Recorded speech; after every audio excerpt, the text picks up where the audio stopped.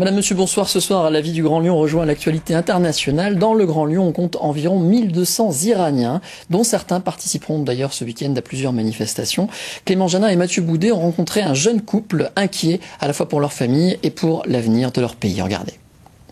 Depuis 13 jours, les matinées de Sarah et de Sina s'écoulent dans l'étouffante chaleur de juin et au fil des étouffantes nouvelles de Téhéran.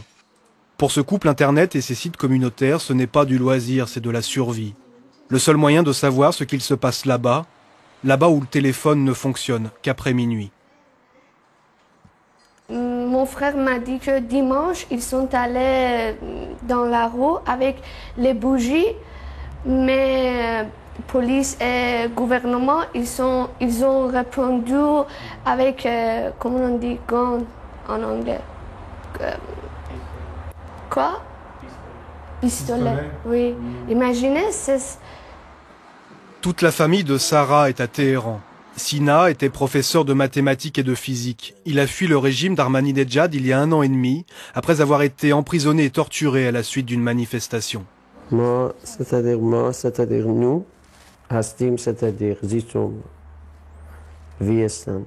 Se tenir debout, se battre. Avec d'autres Iraniens de Lyon, Sina et Sarah participent aux manifestations de soutien à l'opposant Moussavi. Ils poseront leurs photos et pancartes vendredi et samedi, place Bellecour. C'est tout ce qu'ils peuvent faire. Ça, c'est très dur à avoir un régime dictateur. C'est pour ça qu'on a décidé de continuer notre activité. Vous vous sentez impuissant, un peu? Oui. Ça c'est très dur. Je préfère que j'étais là-bas avec les gens. Sina et Sarah, 2 jeunes Iraniens de Lyon qui se sentent tellement loin. Un mouvement de grève depuis 6 heures ce matin d'une partie des personnels de la clinique du Parc à Lyon à l'appel des syndicats CGT et CFDT. Une centaine d'employés sur un total de 230 manifestaient dans la matinée devant la clinique pour réclamer de meilleures conditions de travail et une revalorisation des salaires. De son côté, la direction évoque une conjoncture difficile et propose une hausse de 25% de la prime d'intéressement, ce que pour l'instant refusent les syndicats. Le gouvernement annonce une nouvelle hausse du nombre de demandeurs d'emploi au mois de mai, soit 36 400 chômeurs de plus. Les initiatives se multiplient sur le terrain pour permettre à chacun d'essayer de trouver un employeur. Ainsi avait lieu aujourd'hui une immense bourse à l'emploi à la Chambre de commerce et d'industrie de Lyon, place de la Bourse. Une trentaine d'entreprises publiques comme privées y ont participé. 1400 visiteurs ont pu cet après-midi prétendre aux quelques 13 000 offres proposées. C'est un événement. Clint Eastwood sera bientôt de retour à Lyon. La nouvelle a été confirmée aujourd'hui. 2 ans après son dernier passage, le comédien-réalisateur va recevoir un Nobel du cinéma à l'occasion du tout premier festival du cinéma de Lyon, piloté par l'Institut Lumière, qui se déroulera du 13 au 18 octobre prochain et sur lequel Julien Sauvadon et Sandy Goldstein vous disent tout. Longtemps, on a cru à un mirage.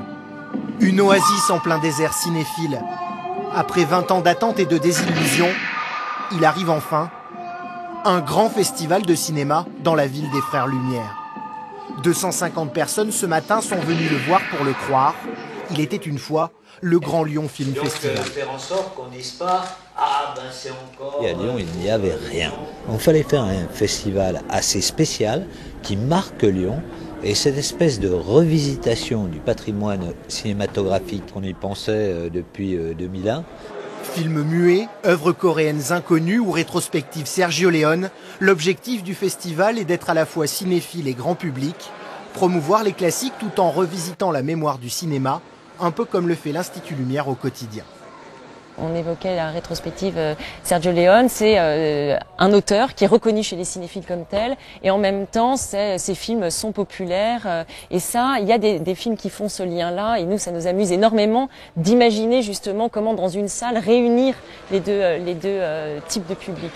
38 cinémas du Grand Lyon participeront à l'événement du 13 au 18 octobre, pour qu'aucun cinéphile ne soit oublié.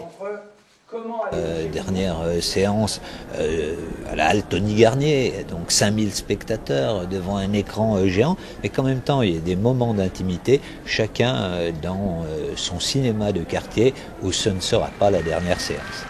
Invité d'honneur du festival, le comédien et réalisateur Clint Eastwood 2 ans après son rapide passage à Lyon, il recevra pour l'occasion le premier prix Lumière de la ville, une sorte de Nobel du cinéma. Un portrait à présent. Une de nos équipes a assisté au premier concert du duo Angelus, composé de Vincent Courion et de son épouse. L'histoire de Vincent Courion est une histoire que nous vous racontons depuis maintenant 2 ans. Clarinettiste professionnel à l'Orchestre national des gardiens de la paix, Vincent souffrait d'un cancer du sang. Aujourd'hui, il est en rémission et il s'était été promis, quand il était au plus mal, de donner des concerts à l'intention des enfants dans les hôpitaux. Regardez ce reportage de Farid Haroud et Sandy Goldstein. Pour l'occasion, ils ont dû adapter le répertoire. Oublier un peu le classique et retrouver le bonheur, le trac des débutants. Le duo Angelus va jouer pour la première fois à l'hôpital pour les enfants. Tu connais le livre de la jungle? Nicolas est en avance pour le spectacle. Chaque semaine, il vient ici pour sa chimiothérapie. Vincent et Aurélie connaissent bien la chimio. Pour soigner son cancer du sang, Vincent a dû passer par là et son épouse l'accompagnait. Depuis 2 ans, le musicien professionnel est en rémission, ça va mieux, alors il vient apporter aux autres la musique. Pour moi, ça représente beaucoup, ça représente d'aller au devant des malades, au devant des familles qui les accompagnent. Ça représente aussi tout ce qui m'a manqué pendant que j'étais malade. Ce contact avec l'extérieur, cette musique qui était avant présente, qui ne l'était plus, qui l'a plus été pendant presque 2 ans.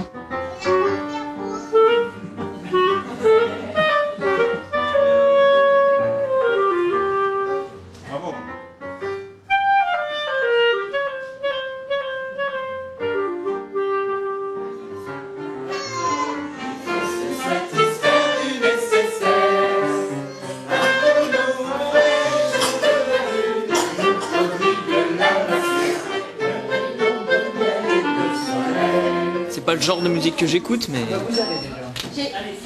c'était bien. Nous, ça fait 18 mois qu'on vient à l'hôpital et les journées sont longues. Donc, ça nous aide d'abord à passer le temps. Et puis, c'est des moments où on oublie un petit peu le reste, tout simplement.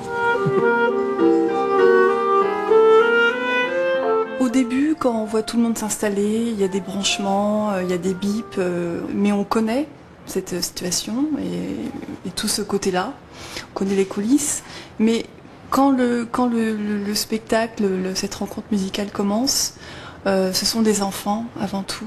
On a créé une passerelle vers peut-être un épanouissement pendant l'espace de 30 minutes. Voilà, changer les idées, ouvrir les portes. Vincent a choisi de ne pas raconter son histoire de cancer à son auditoire. Et tous les mois, le duo reviendra. On termine avec une bande dessinée réalisée par des élèves du collège René Cassin de Corba, une bande dessinée qui évoque le sacrifice des troupes coloniales lors de la défense de Lyon pendant la Seconde Guerre mondiale. Les élèves reçoivent en ce moment même le prix Gilbert Dru contre le racisme et la tolérance, remis chaque année par la Ligue internationale contre le racisme et l'antisémitisme.